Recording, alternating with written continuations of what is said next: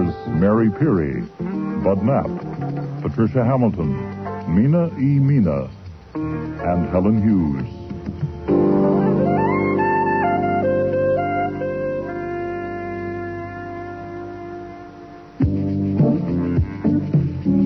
When Mrs. Hazen arrived for her appointment with Nero Wolfe, she gave me a smile. Thank you for getting him to see me, Mr. Goodwin. It isn't often that a man gets a natural, friendly, straightforward smile from a young woman who has never seen him before, with no come-on, no catch, and no dare. So I was surprised and disappointed when she took a gun from her purse and walked to Wolfe's desk. That's the gun I'm not going to shoot my husband with. Mrs. Hazen, I am not impressed by histrionic. Oh, I'm not trying to impress you. I'm only telling you. That's what I came for, just to tell you. I thought it would be more definite, I guess, if I brought the gun and showed it to you. Just that? You wanted half an hour. Because I thought it would be better if I told you something about why. If you will regard it as confidential. With the reservation that if you tell me about a crime, I can't engage not to disclose it. I'm not a lawyer or a priest. That's all right. There hasn't been any crime, and there won't be. You know who my husband is, Barry Hazen, Public Relations? Mr. Goodwin has informed me. We were married 2 years ago, just after my father died. My father was an inventor, and Barry used to do some public relations work for him. That's how I met him. I thought I really was in love with him. I tried to decide what was the real reason I married him. You don't need to know all that. You don't even need to know why. I want to kill him. It's your half hour, madam. I don't hate him, but I think I despise him. I know I do. And he won't let me get a divorce. I tried to leave him. Well, I did leave him, but he made such a... There I go again. I don't need to tell you all that. As you please. It's not as I please, Mr. Wolfe. It's as I must. As you must, then. You know how there can be something in your mind, but you don't know it's there until all of a sudden there it is? Certainly. The subconscious is not a grave, it's a cistern. But we don't know what's in it. I didn't. One day a month ago, I went to his bedroom and saw that gun in his drawer, and all of a sudden, I was thinking how easy it would be to shoot him while he was in bed asleep. I said to myself, you idiot. You absolute idiot. And I didn't go near that drawer again, but the thought came back. It kept coming back. Mostly when I was trying to go to sleep. And it got worse. It got so that I was planning how to do it so I wouldn't get caught. I knew it was idiotic, but I couldn't stop. I could not. And then... just 2 nights ago, I got out of bed trembling all over and went to the shower and turned on the cold water and stood under it. I had found a plan that would work. I don't have to tell you what the plan was. As you please. As you must. It doesn't matter. I went back to bed, but I didn't sleep. I was afraid of what my mind might do. I'd found out I couldn't manage my mind. So yesterday afternoon, I decided I would fix it so my mind would have to quit. I would tell somebody all about it, and then the plan couldn't work. Telling a friend wouldn't do, and of course I couldn't tell the police. Then I thought of you. And here I am. That's all, except this. I want you to promise that if my husband is shot and killed, you will tell the police about my coming here and what I said. I see. There. That's it. If you promise to tell the police, I can't possibly do it. Will you promise? No, I advise you not to insist on a promise. I must know. Very well. You promise? Yes. Oh. Well then, is a check all right? Certainly. Some time of your half hour is left, Mrs. Hazen, if you've any use for it. No, thank you. That's really all I came for. Oh, Yes? I would love to see the orchids. I've read so much about them. Would it be possible, do you think? Just a quick look. Perhaps Mr. Goodwin could show me if you're too busy. It would be a pleasure. Mr. Goodwin doesn't owe you the time. I do. Come with me. You won't need your coat.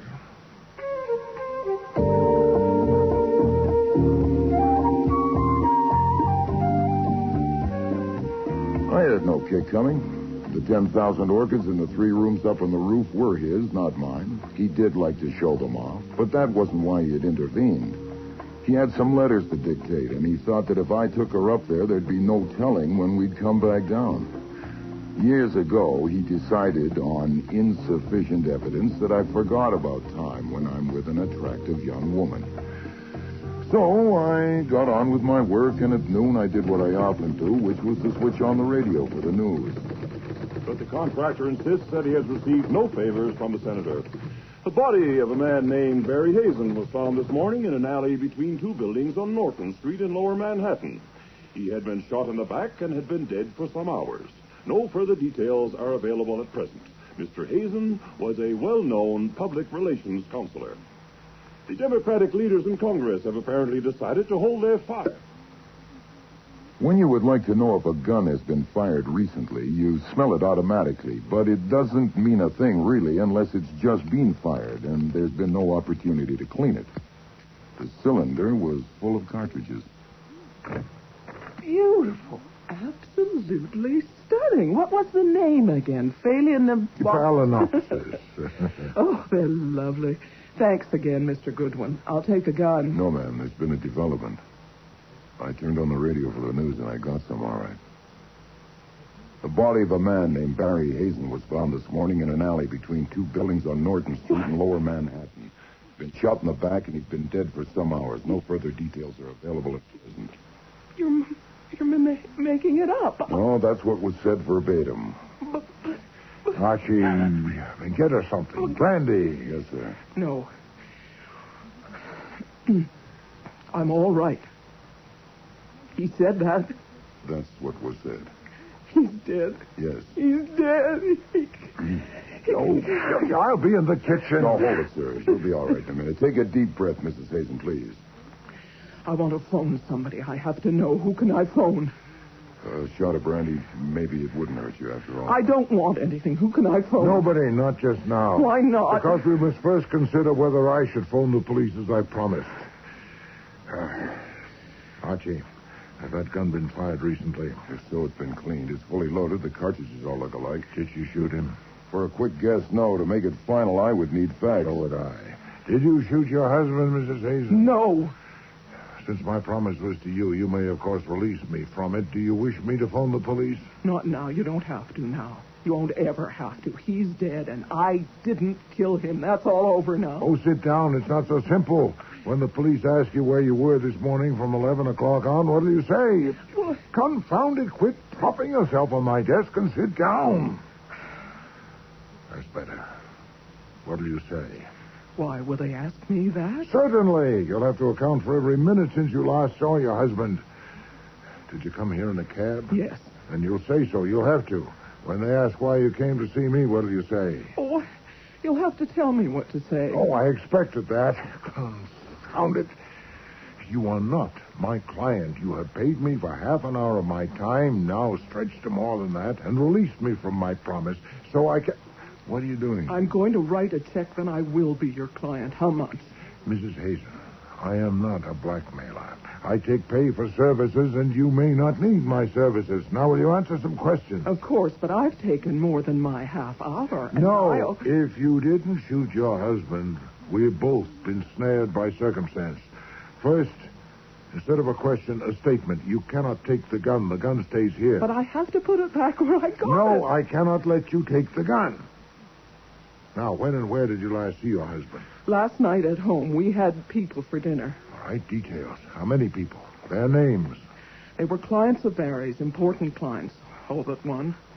Mrs. Victor Oliver, Ann Talbot, who's the wife of the banker, Jules Curry, an inventor. He used to work with my father.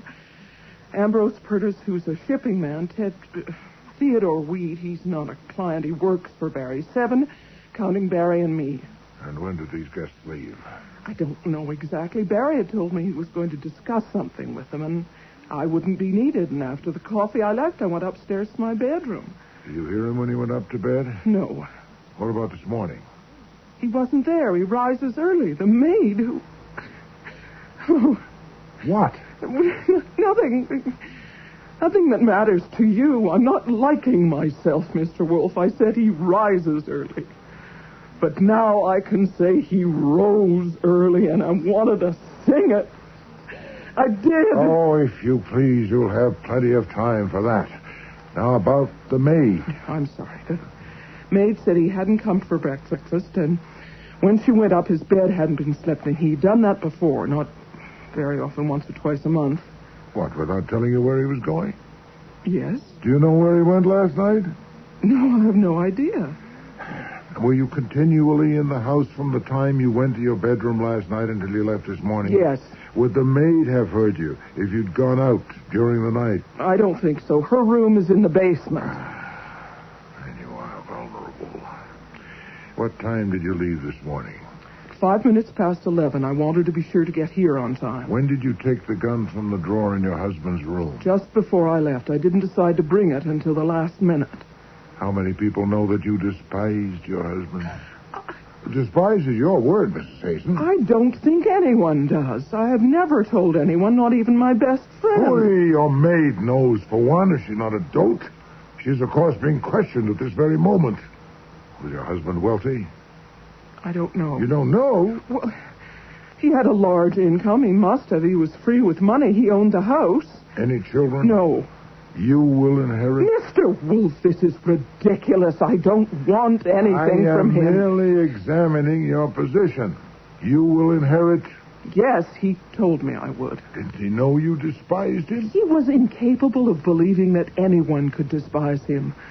I suppose he was a psychopath. I looked up psychopathy in the dictionary. No doubt that was a help. I presume you will now go home. Since you must tell the police that you were here, you might as well say that you learned of your husband's death from my radio. It'll save you the bother of feigning surprise and shock. I said you would be in a pickle, madam, and you are. What are you doing? I am writing you a check. No, you may not be in jeopardy. They may get the murderer today or tomorrow. If they don't, we'll see. Archie. Yes, sir. Mrs. Hazen is leaving.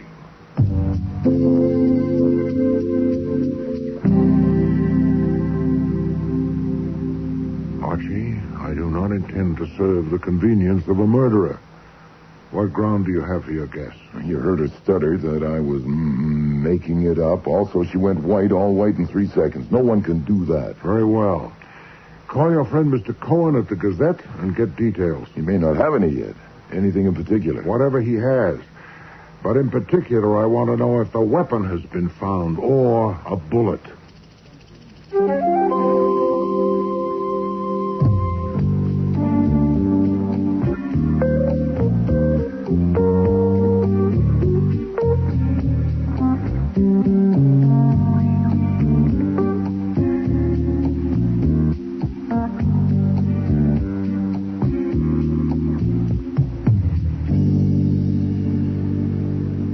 Body was found by a truck driver at 10:18 a.m. It was stiff, so he must have been dead at least 5 hours, probably more. He was fully dressed, including an overcoat. His hat was there on the ground, usual items in his pocket, except that there were no keys, no wallet, no watch.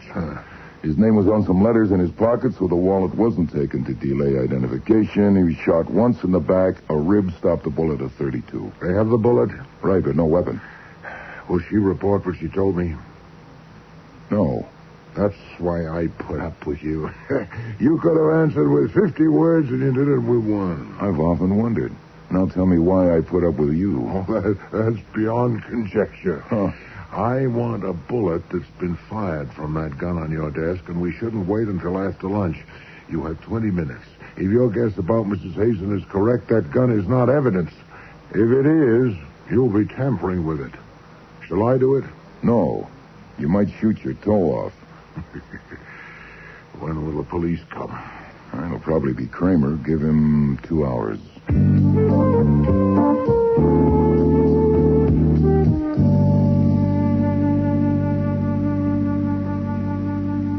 What time did Mrs. Hazen get here this morning? Is that snow on your hat, Mr. Kramer? I asked you a question. Perhaps you'd be more comfortable if you removed it. The hat, I mean. What time did she get here? 11:30. When did she leave? Shortly before 1 o'clock. What'd she have to say? Mr. Kramer, I know that Mrs. Hazen's husband has been shot and killed. She was with me when the news came on my radio. I have knowledge of no evidence that would be useful to you in your investigation. That is my considered opinion. Mrs. Hazen consulted me in confidence. What we spoke of is not pertinent to your inquiry. Someday you're going to fall off and get hurt, and this could be it. I'm asking you to tell me what Mrs. Barry Hazen said when she came to see you 9 hours after her husband was murdered. Should I have occasion to change my mind. And, by the way, I can offer you an opportunity to change it for me. Archie, where's the bullet? Give it to Mr. Kramer. Now, Mr. Kramer, this will be pointless if you found the weapon that killed him. Have you? No. It will also be pointless unless you have found the bullet that killed him. Have you? Yes.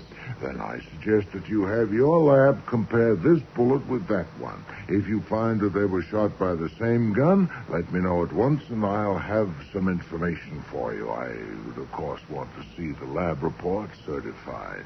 Where did you get this bullet? I'll tell you, or I won't, when I get your report. By God, this is pertinent. This is evidence. I'll take you down, both of you. Nonsense. It's evidence of what? I don't know, and neither do you. If it wasn't fired by the gun that killed Mr. Hazen, it's evidence of nothing. I'm not indulging in a prank, Mr. Kramer. There's a possibility that the bullets will match. And if so, it will indeed be evidence. Let me know.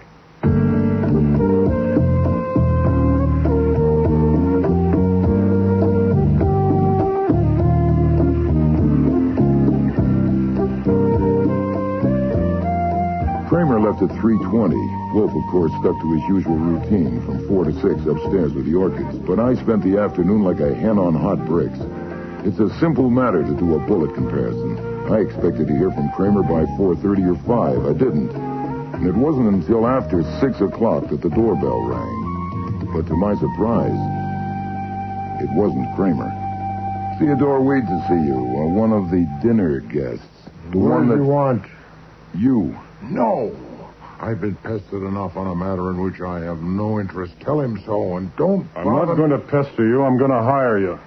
Sir, you not only intrude, you presume. Archie, show him out. All right. I started wrong.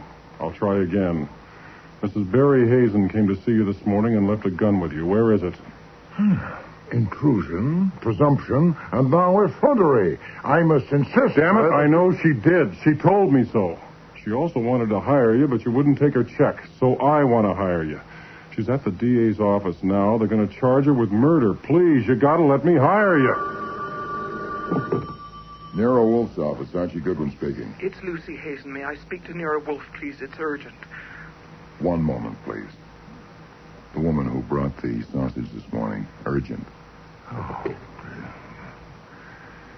Yes, Mrs. Hazen? Yes, Mr. Wolfe, I'm about to be arrested. Where are you? At the DA's office. I don't know. Say only what you must on the telephone. I'm in a booth with the door closed. Oh, boy, it's probably not only heard, but also recorded. All right, he said I could phone a lawyer, and I don't know any except my husband's, and I don't want him.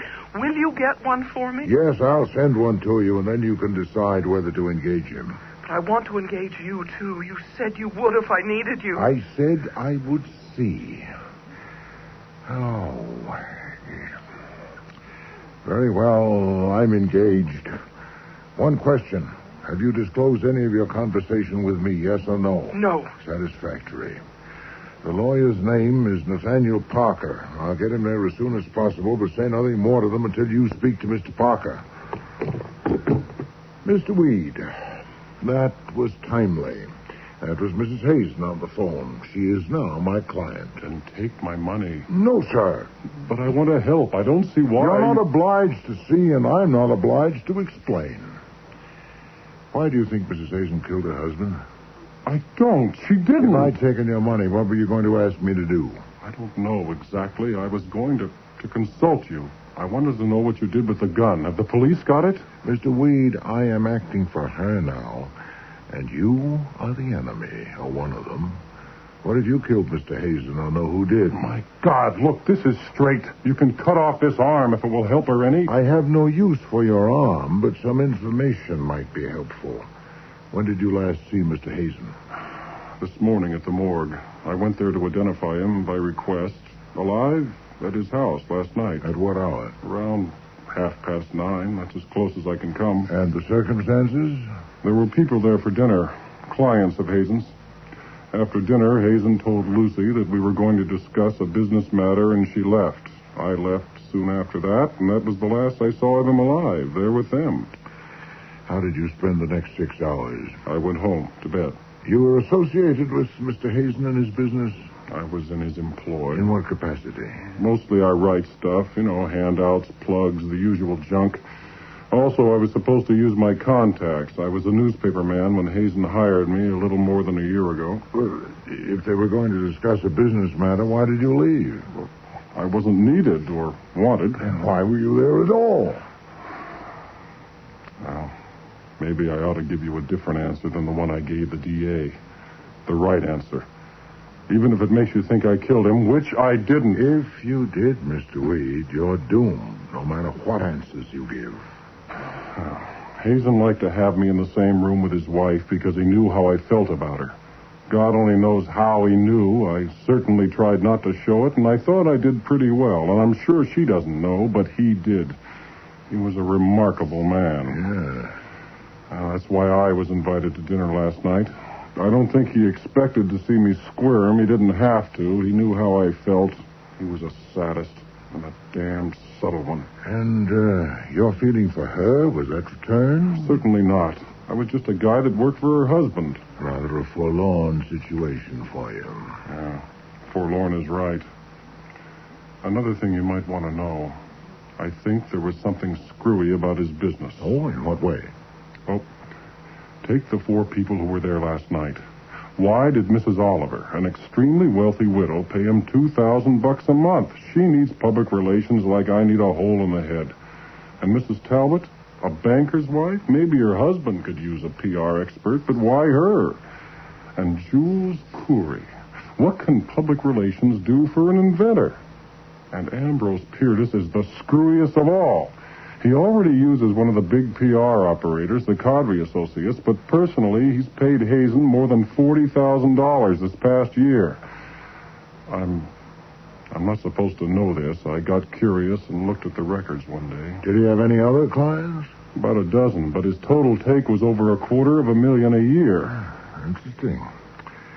Mr. Weed, will you be available for further questioning, say, this evening? Well, sure, but why not now? I must arrange a lawyer for my client, Archie. Get Mr. Parker.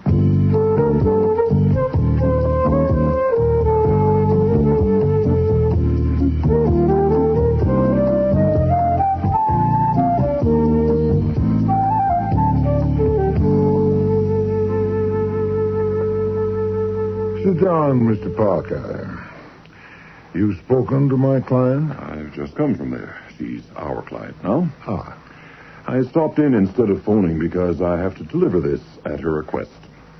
The key to Mrs. Hazen's house and written authority from her to enter her house to get something. To get something? Yes, if you want to. An iron box and a chest of drawers in Hazen's bedroom. You remove the bottom drawer, pry up the board it slides on, and the box is underneath. She doesn't know what's in it. About a year ago, Hazen lifted the board and showed her the box.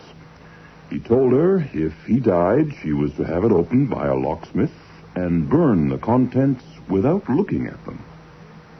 You'll be acting legally on her instructions through her attorney. I'll use my discretion. I'm sure you will. I'd like to be present when it's open, but I have an appointment. Shall I go there now? Will the police be there? I wouldn't think so. He wasn't shot there. Do I wear gloves? No, you have authority. Oh, I'm off then. Archie, Yes? take your gun.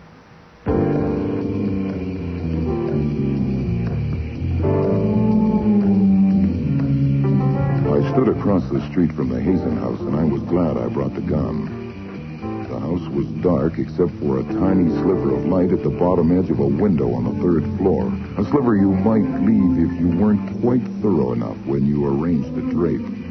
It wouldn't be the maid. Her room was in the basement. And why only that one light at 9:30 at night? I crossed over, used the key, and entered the house with care.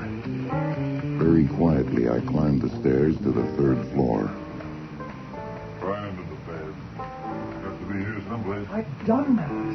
Let's look beyond the pictures. There may be a secret. A door at the front of the house was slightly ajar. And through it, I could see part of the bed, drapes over a window, and the back of a woman's head. She was sitting in a chair, facing away from me. There is no sense in this. There certainly isn't, Mr. Corey. I don't think it's here. It could be in Lucy's room. That would be like him. All right, let's try it. Oh, look! In the doorway. Don't anyone move. This gun is loaded. Who are you? Billy the Kid. Now, back up, please. Stand against the wall. I see the ladies' purses are on the bed with the gentlemen. Please throw their wallets there, too. Carefully, please. I'd hate to have to use this gun. You wouldn't dare shoot. Oh, I assure you I would. And I should warn you. I'll aim for the shoulder or the leg, but I'm not a very good shot. Are you a burglar? No, ma'am. Then what do you want? I want you to tell me who you are and what you're doing here. But you have taken our wallet. Yes, sir, so I can check your identity as you tell me, just to make sure. Now, let's start with you, shall we? My name is Jules Horry. Is it important why we are here? Okay, the ID checks you, ma'am. This is Victor Oliver, as you can see. Are you from the police? No, are you worried? You, sir, I've seen your picture in the papers on the business pages. I'm Ambrose Purtis. What is the point of this? In time. That leaves just you, ma'am, and it's an easy guess, Mrs. Talbot, I presume. Yes, I'm Ann Talbot. All right, now that I know all your names, it's only fair that you should know mine, Archie Goodwin. I work for a man you may have heard of, Nero Wolfe, the private detective. He's been hired by Mrs. Barry Hazen. I have the key to the house and her written authority to enter. But why are you here? No? How'd you get in? Who has the key? Oh, okay then. Okay, we do it the hard way. You will take off your clothes and pile them on the floor, including your shoes and socks or stockings, but I think not your underwear. I'll think about that one. I most certainly will not. Well, just pretend you're at the beach or a pool. Would you want me to have to peel you? Don't think I wouldn't. Let's start with the gloves. I want them too. Is this necessary? Is it so important how we got in? Yes. There were no keys in Hazen's pockets. We don't have a key. The maid let us in. She has gone out, but when she comes back, you can ask her. She'll deny it. You see, I paid her to let us in and to go away for the evening. Yeah, I think I believe you, Mr. Corey. In any case, that can be checked. Hold it a minute. Now, I will call her. Wait a minute. I have something to say. Yeah? Are you calling the police? No, come on, say it fast. You swear you're not a policeman? No, I told you who I am. He's Archie Goodwin. I've seen him at the Flamingo. And a private detective? Right. Then you do things for money. We will pay you $50,000 if you will leave this house and forget that you've been here. Half of it in cash tomorrow morning, and the other half later. We'll give you a satisfactory guarantee, perhaps something in writing. How much later? Well, that's hard to say. It's delicate. We would need to be sure of your forgetting until certain difficulties have ended.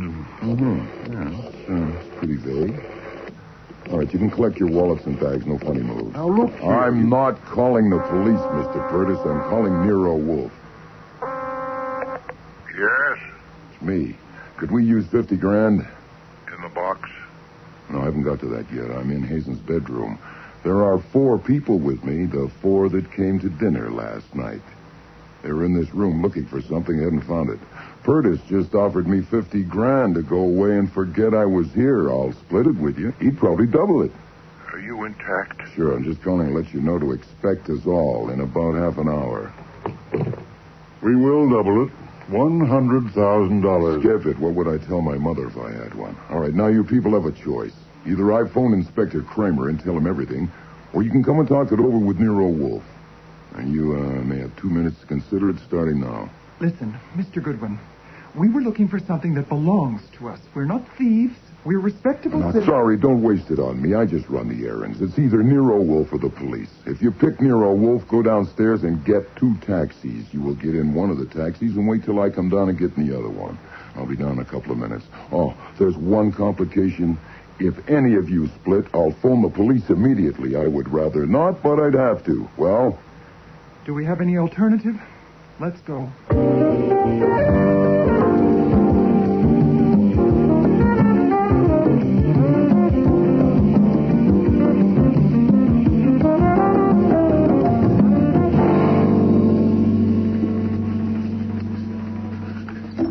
There's your box.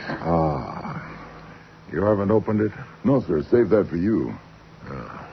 The 4 people you mentioned. They're all here in the front room. I thought you'd want to do this first. Well, Shall I open it? The lock will be a cinch. this will be distasteful. Go ahead. Okay. Any trouble finding it? No, it's exactly where it was supposed to be, under the bottom drawer. I got there just in time. Another hour or two, they probably would have found it. There we are. Wow. Well, it sure is distasteful. Empty. Just as well. Huh? It would probably have presented us with a problem. I presume he decided it was a mistake to tell his wife of it and removed the contents. Elsewhere in the house? I doubt that. So do I. Lock it up and leave it on your desk. Have a gun in your hand when you admit them and go to your desk. Proceed.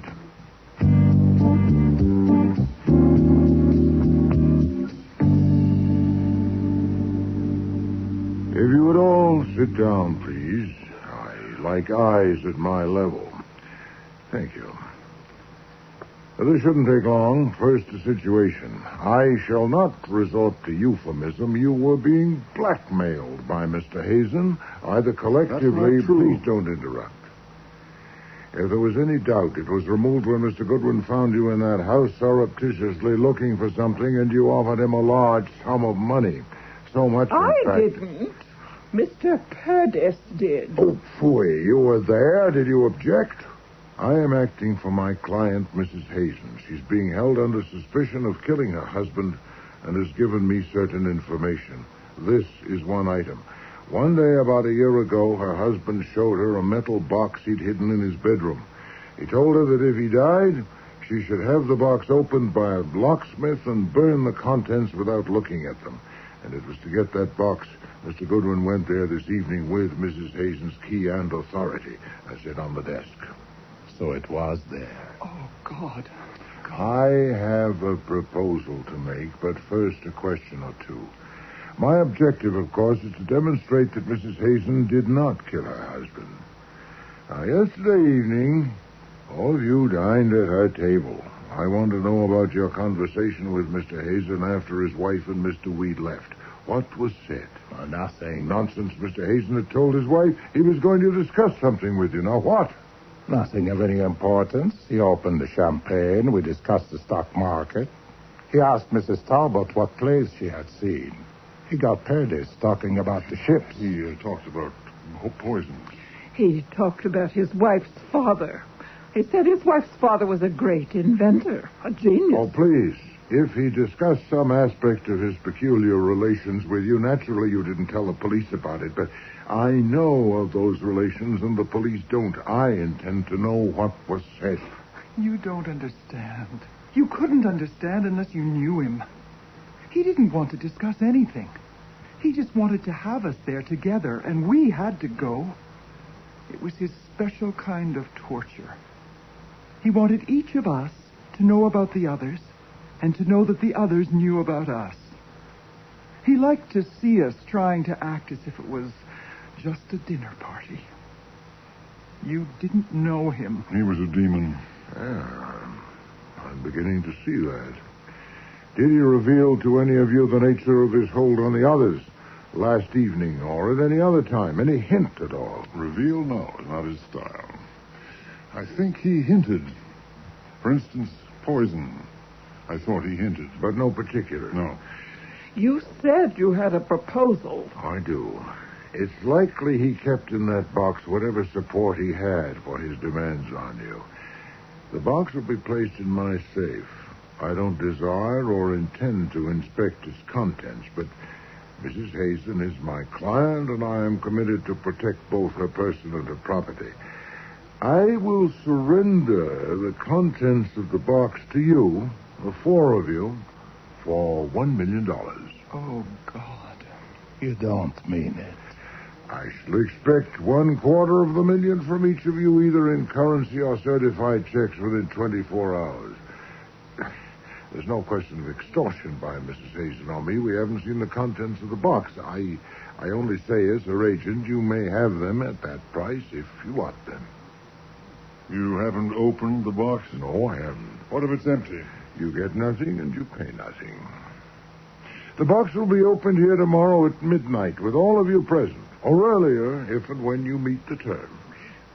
If it's empty, well, so much for that. It's a short time to raise so much money. I dare not give you longer. The police would no doubt regard the contents of that box as evidential in their investigation of a murder. I cannot undertake to withhold my knowledge of it longer than 24 hours. So I shall await your pleasure.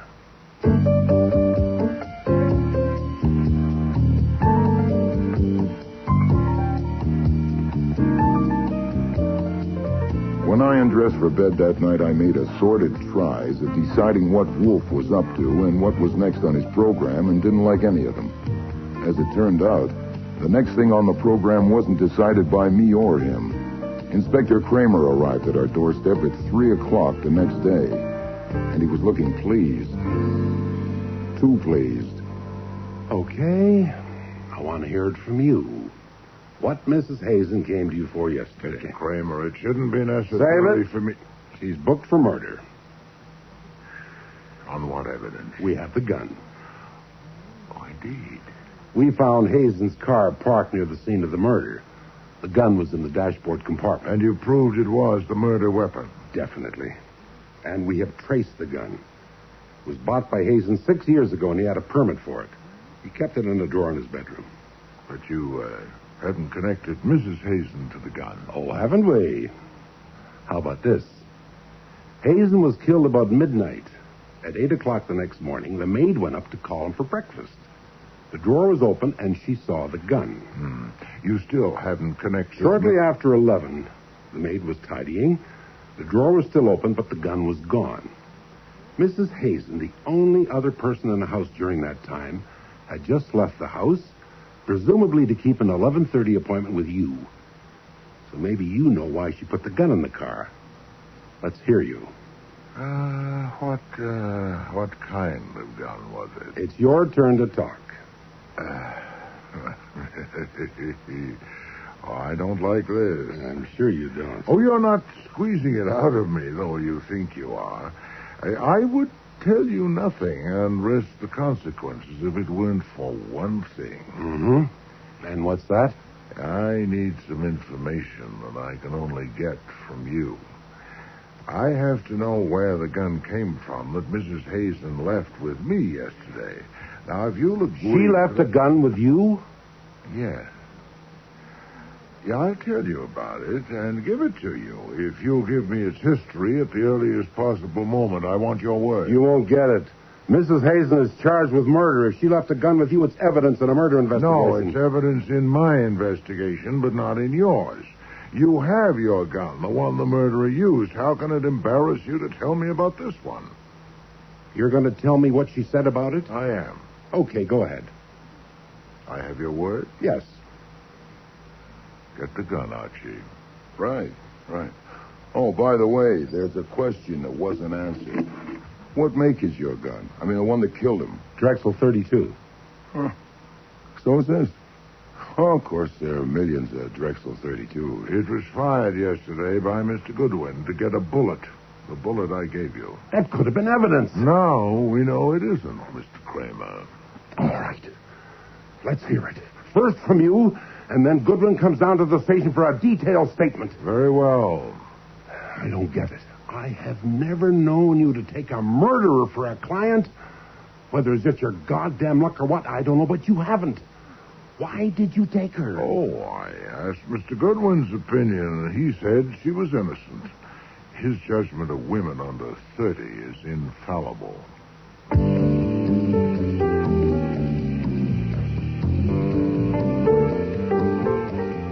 This is Nero Wolfe.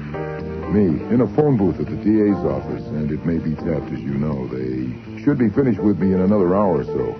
I thought I should tell you. They were curious about guns, then a phone call came and they weren't. I already know. Mr. Kramer phoned me.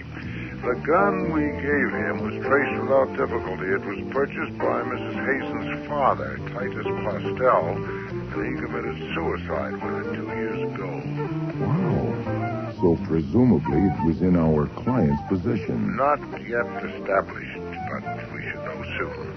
Meanwhile, I've gotten Saul and given him an errand. I need you. Come home at once. They haven't released me yet. They will now. I've made a deal with Mr. Kramer. What deal? Not now. Mrs. Oliver and Mr. Purtis are already in the front room. Mr. Corey will arrive any moment, and Mrs. Talbot hopes she'll be here by 10 o'clock. It's nearly that now. So the charade is on. Of course. And it should be very interesting. Hurry home, Archie.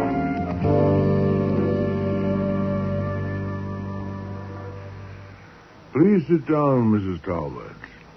Well, since all four of you are here, I assume that you're prepared to act on my proposal. Mrs. Oliver? This is a cashier's check for $250,000 made out to me. I'll endorse it, or I won't. Yes, that will, of course, depend on what's in the box. Mrs. Talbot? I have a certified check for $65,000 and $40,000 in cash. I'll pay the rest as soon as I can. I tried. I did the best I could. Right. Mr. Purtis? I have a certified check for my share. Full amount? Yes. Mr. Corey? I have nothing. Oh, indeed. And why are you here? I want to know what's in the box. If there's anything worth $250,000 to me, I'll buy it. The deadline is midnight. You'd have 90 minutes. I don't think so. I don't know what you are doing, but whatever it is, I want to know what's in the box. Well, yes, this situation wasn't covered by the terms of my proposal. Two of you are prepared to comply with the terms and shouldn't suffer for Mr. Corey's dissent. As for you, Mrs. Talbot, I'm willing to accept your declaration of good faith that you've done your best. You'll, of course, commit yourself in writing to pay the balance. But, as for you, Mr. Corey, if you're willful, so am I. Whatever the box contains that relates to you will be turned over to the police at midnight. Open the box, Archie.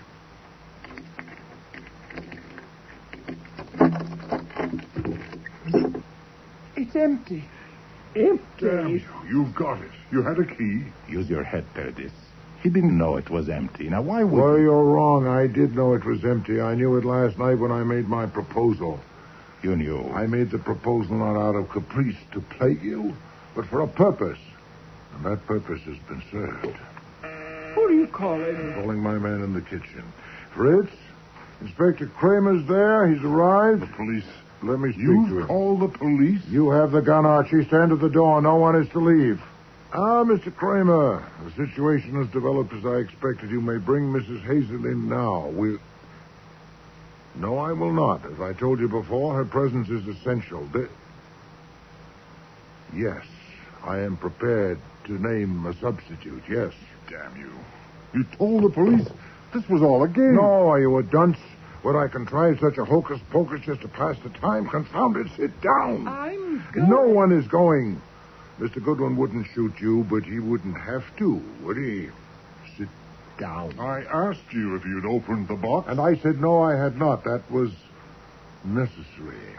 In fact, it was Mr. Goodwin who had opened the box, and it was empty. I don't believe that. It's a trick. I did concoct a trick, but it's a fact that the box was empty.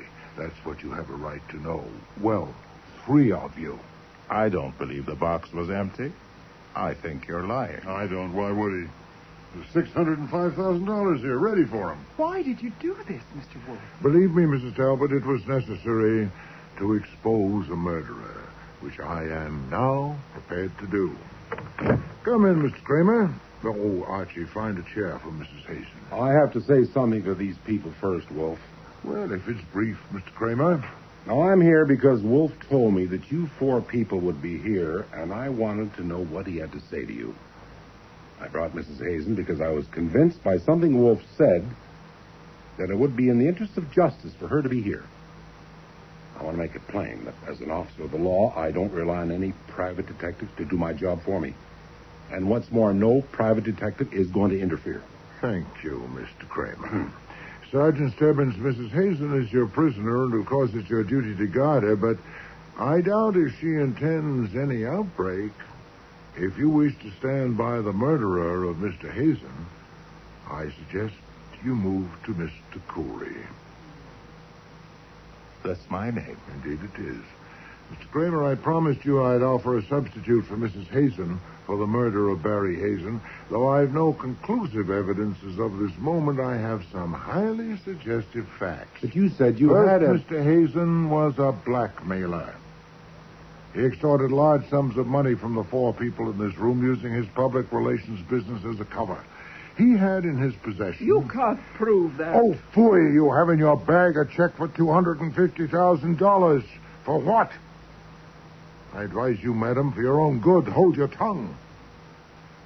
Mr. Hazen had in his possession various objects, I don't know what, to substantiate his blackmailing demands. And last evening I told these 4 people that I'd secured these objects and that I'd surrender them for $1 million. I gave them 24 hours to meet my terms. They are here. 3 of them... The objects are here? No, I don't know where the objects are. The people are here. 3 of them came prepared to pay. Mr. Cooley did not. And that's your basis for accusing Mr. this Kramer, man? This will go better if you keep your questions until I'm through. I was acting on the premise, certainly worth a test, that one of Hazen's victims had killed him.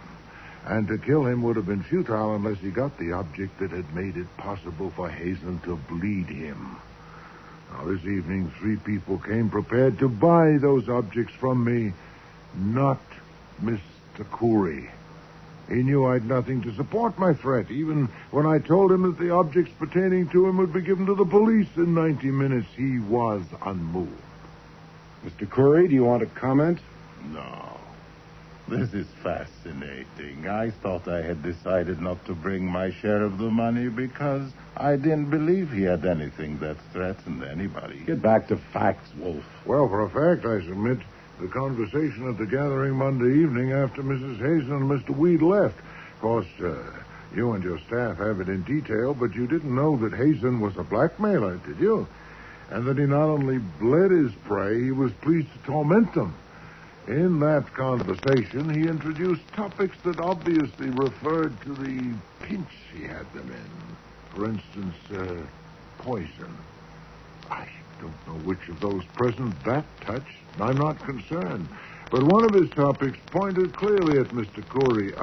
Mrs. Oliver, can you tell me again what he said about Mrs. Hazen's father?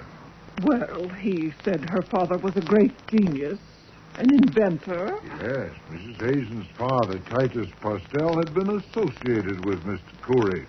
Inspector Kramer, you phoned me this evening to say that the gun I'd given you had been the property of Titus Postel, and he'd committed suicide with it 5 years ago.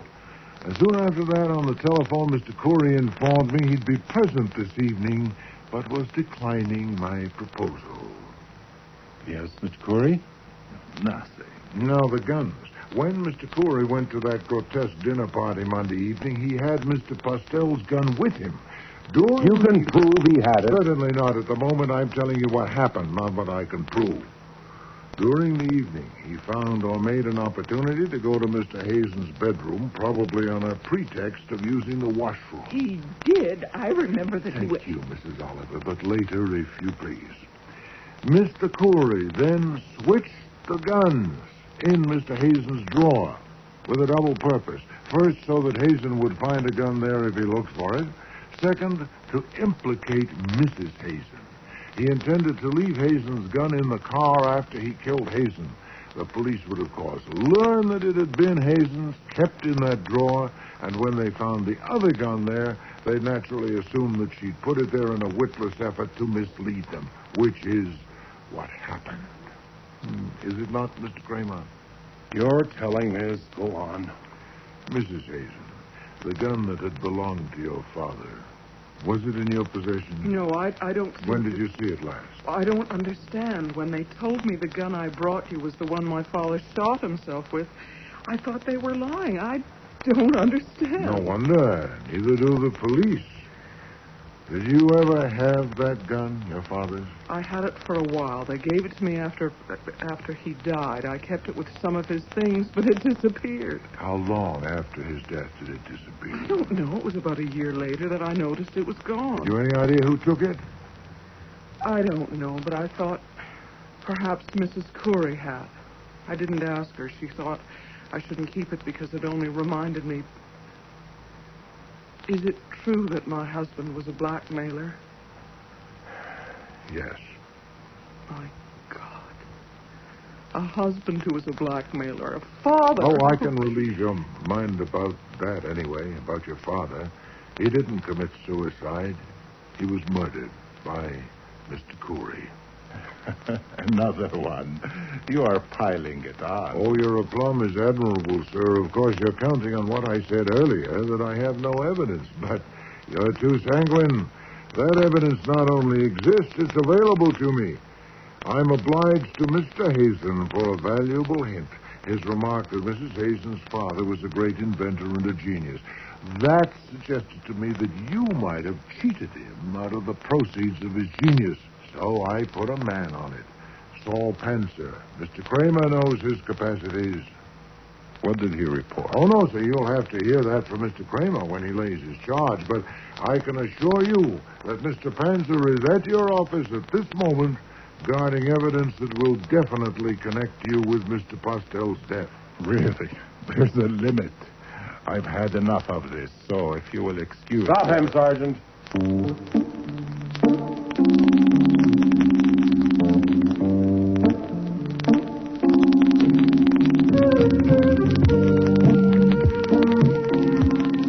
I'll have to leave it with two loose ends.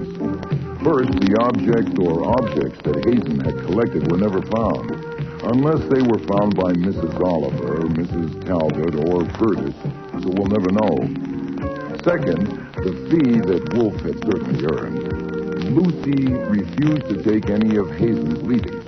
She wouldn't even take the house. But there is a chance that she'll get a chunk of Corey's pile eventually on account of the evidence Saul dug up that Corey had stolen a couple of Titus Postel's inventions, but Corey, who is now locked up while his lawyers hop around from court to court, has admitted nothing, and neither has his wife. So, Wolfe hasn't collected a fee yet. As for a third point you might be curious about, whether Lucy and Theodore Reed have found out how they feel about each other, you can have one guess. If you need more than one, what do you suppose makes the world go round?